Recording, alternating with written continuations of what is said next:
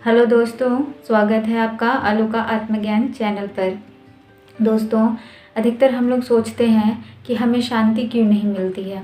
हम हमेशा सोचते हैं कि भगवान हमें शांति क्यों प्रदान नहीं करते। हम भगवान के पास जाते हैं और उनसे कहते हैं कि हे भगवान, हे प्रभु, हमें शांति प्रदान करो।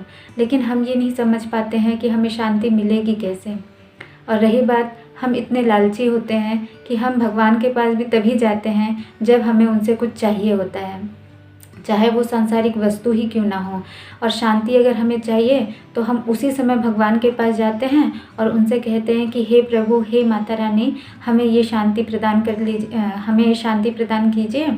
और उसके बदले में हम आपकी पूजा करते हैं, आपको फल चढ़ाते हैं, आपको मिठाई चढ़ाते हैं, और ये करके हम आ जाते हैं। मतलब हम कितने लालची हैं कि हमें अगर कुछ चाहिए तभी हम भगवान के पास जाते हैं। हम कभी ये नहीं सोचते कि भगवान भी तो हमारे अपने हैं, तो हम उनके पास प्यार से जाएं, सिर्फ मांगने के लिए ही क्यों जाएं, है कि नहीं। लेकिन अगर दोस्तों हम भगवान से मांगने भी जाते हैं तो भगवान हमें निराश नहीं करते हैं। भगवान हमें हर चीज़ प्रदान करते हैं जो हम चाहते हैं, लेकिन उसके बदले में हमें कर्म भी तो करना पड़ता है ना। अगर हम चाहते हैं कोई चीज़ें, अगर सांसारिक चीज़ें होती हैं, जो भी चीज़ें होती हैं, या कोई सक्सेस चाहिए हमें, या कोई बंगला गाड़ी जो भी चाहिए, हम भगवान से प्रार्थना करते हैं और वो भगवान हमें कहते हैं कि तुम्हें सब कुछ मिलेगा, पर उसके लिए तुम्हें कर्म करना पड़ेगा। उसी प्रकार से हमें शांति भी अगर भगवान से चाहिए तो भगवान कहते हैं उसके लिए भी तुम्हें कर्म करना पड़ेगा। तो दोस्तों, आइए हम समझते हैं कि हमें शांति कैसे मिलेगी और उसके लिए हमें क्या करना चाहिए।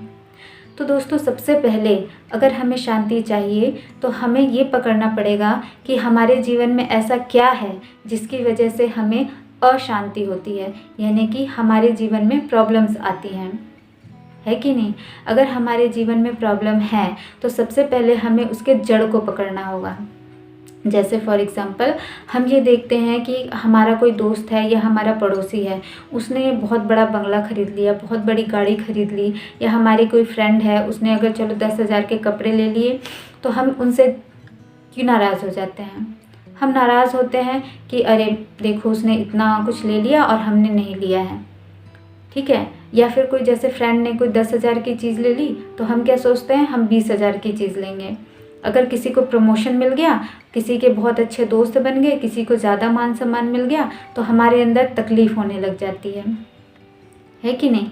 तो हमें क्या लगता है कि जो दूसरे हैं वो हमारी परेशानी का कारण है, उनकी वजह से हमारे जीवन में अशांति है।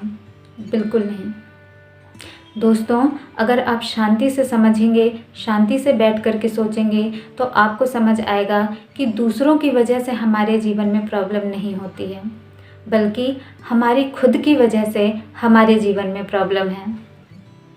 हम हमेशा दूसरों पर आरोप लगाते हैं कि उन्होंने ऐसा कर दिया, वैसा कर दिया, इसलिए हम परेशान हैं, जबकि हम ये सोचने की कोशिश नहीं करते कि हमने ऐसा क्या उम्मीद उससे लगा कर रखा था, या हमारी सोच कैसी थी जिसकी वजह से हमें प्रॉब्लम हुई।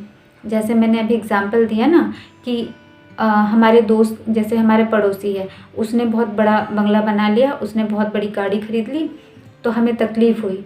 तो तकलीफ़ इसलिए हुई कि हमारे दोस्त ने ये सब खरीदा, या इसलिए हुई कि हमारे अंदर जलन पैदा हुई, है कि नहीं। सोचने वाली बात है दोस्तों। यहाँ पे तकलीफ़ हमें इस कारण होती है कि हमारे अंदर जलन की भावना है। हम दूसरों से बहुत ज़्यादा जलते हैं, हम दूसरों से हमेशा कंपटीशन की भावना में रहते हैं। अगर हमारे ऑफिस में अगर हमारे दोस्त को प्रमोशन मिल गया, सब उसकी वाहवाही करने लगे, उन्हें मान सम्मान मिलने लगा, तो हम सब बहुत निराश हो जाते हैं।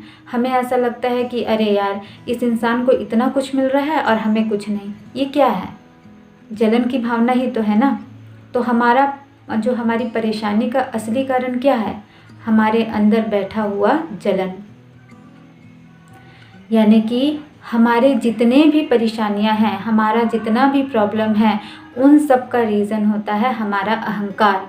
और अहंकार में क्या क्या चीज़ें आती हैं, अहंकार में आती हैं ईर्ष्या करना, द्वेष, जलन, घमंड, क्रोध, लोभ, मोह, मद, मात्सर्य, डरना।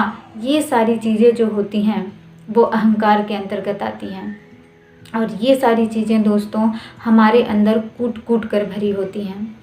भले ही हम बाहर से देखें कि सबकी परेशानियां अलग है, किसी को कुछ परेशानियां हैं, किसी को कुछ परेशानियां हैं, लेकिन सभी के जो मूल में, जो जड़ में जो प्रॉब्लम बैठी हुई है ना, उसका जो कारण बैठा हुआ है ना, वो है अहंकार। सबके अंदर जलन है, सबके अंदर द्वेष है, सबके अंदर घृणा है, सबके अंदर डर है, सबके अंदर क्रोध है, सबके अंदर लालच है। और यही चीज़ें हमें परेशान करती हैं, यही हमारी अशांति का कारण है। समझ रहे हैं? इसलिए भगवान ये कहते हैं कि आपको ये चाहिए कि आपको शांति चाहिए ना, तो सबसे पहले उस शांति को पाने के लिए जो कर्म करना पड़ेगा वो करिए, यानी कि अपने अहंकार पर काम करिए। अपने अहंकार को दूर करने का प्रयास कीजिए। अपने जलन को, घमंड को, ईर्ष्या, द्वेष, लोभ, मद, मोह, इन सब पर काम कीजिए और आपके जीवन में शांति अपने आप आ जाएगी। दोस्तों, लोग ये कहते हैं कि इन्हें दूर करना बहुत मुश्किल काम है, लेकिन मैं कहती हूँ बिल्कुल भी मुश्किल नहीं है। अगर आप एक बार ठान लें कि हाँ, मुझे अपने अंदर के अहंकार को दूर करना है, इस पर काम करना है, अपनी बुराई को दूर करना है, तो आप बेशक अपने अहंकार पर काम कर सकते हैं। और एक साथ अगर आप हर चीज़ पे नहीं कर सकते काम, तो आप इतने सारे जो अहंकार के के अंतर्गत जो चीज़ें आती हैं ना, तो उनमें से सिर्फ एक को पकड़ लीजिए। मान लीजिए आपने जलन को पकड़ लिया, अब आप पहले अपने जलन पे काम कीजिए। जब भी आप किसी को उन्नति करते हुए देखें, प्रगति करते हुए देखें, तो उस समय अपने मन में ये मत लाएं कि उसका ऐसा क्यों हो गया, हमारा क्यों नहीं हुआ। उसके लिए कोई गलत भावना अपने मन में मत रखिए। कोशिश करिए कि उसके लिए भी अच्छा ही भावना हमारे अंदर आए। हम उसके लिए ब्लेसिंग्स दें, हम उसके लिए प्रार्थना करें कि वाह, कितने अच्छा इसने अपना जीवन में उन्नति किया है।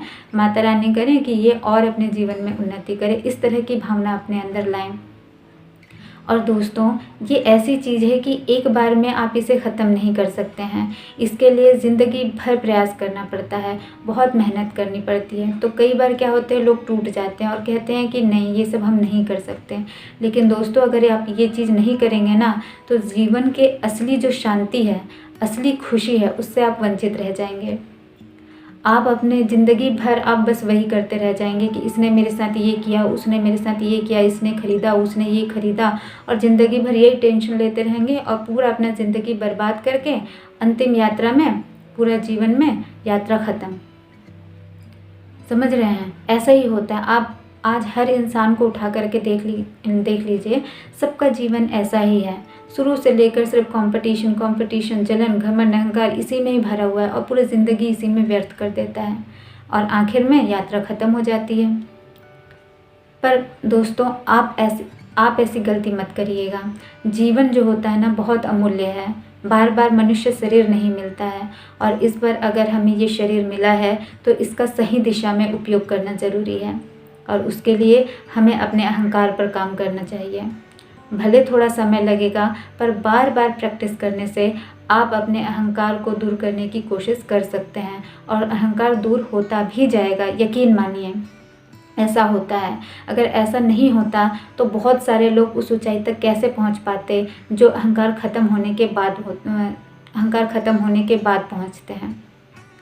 तो वो सामर्थ्य हम सभी में है। हर इंसान में वो सामर्थ्य है जो अपने अहंकार को दूर करने के प्रयास में लगता है।